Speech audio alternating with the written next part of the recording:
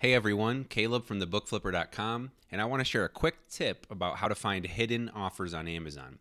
So many of you know I like to buy a lot of books on Amazon, online arbitrage. I buy them from merchant fulfilled sellers and I sell them via FBA and profit that difference. You can see here's a decent example. It's not a home run, but it's sure definitely a single or a double. We've got offers starting in the $30 range plus shipping, so about $35. We see a 3-month sales history. We can see the green line here. It's selling maybe every other week or so. If we zoom out to a year, it has concentrated sales in the fall here in September, as well again in late January and February, which would indicate that this follows the textbook pattern of sales.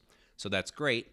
We can go ahead and look at the prime offers and see that they start at about $67. So if you're willing to spend about $35, you could probably make in the $67 to $70 range when you went to sell that. And after fees on your $35, you'd roughly profit 15 to 18 bucks. So it's not crazy returns, but 50% returns, and we know that the fall semester is just around the corner. May not be a bad use of your money. Again, there's lots of other options out there. But here's what I want to highlight in this video. If you look at the offers here, I know many of you like to stay away from the acceptable offers just because they can have all kinds of issues with them. It's the worst condition Amazon allows us to grade books. You can see this seller here, it says no apparent missing pages, heavy wrinkling from liquid damage. That's not an ideal book for flipping. You want to find something better. I've had pretty good success with BookBite, buying their acceptable copies and flipping them back around Prime. Typically, they're in good shape. And again, when it's truly a textbook, I found that students don't really matter, although I do like to try and stay away from water damaged books. Well, here's what I discovered today. If you have multiple quantities listed, so a lot of these sellers like BookBite, RentU, for example, will have multiple quantities listed. And they might have a couple copies of acceptable, a couple good, a couple very good. But Amazon hides the higher priced items because they really care about price. So they only show the lowest priced items from any given seller.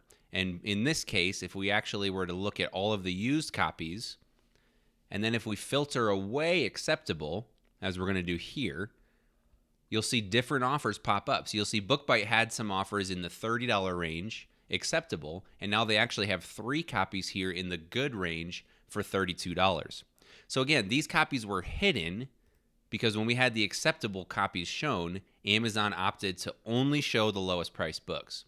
So the implications here are if you don't want to buy acceptable books, make sure you uncheck the acceptable box. That will bring up the good books, and it may bring some of these hidden offers to light, which may make your job of finding better books to flip easier. So if you had wanted to buy a good copy of this book and didn't know about this little shortcut, you may have spent $41 in change rather than $32 in change to go ahead and pick that book up. So hopefully that's helpful for you. The other implications there are if you are pricing your books, make sure you price your better conditioned books lower if you want them to appear first. Otherwise, buyers may skip over your acceptable offers as well, and you're sitting on a great stockpile of wonderful inventory. You're just not going to move it until your cheaper offers are off the table. So it might be worth considering when you go to price your books. Anyway, thanks for watching.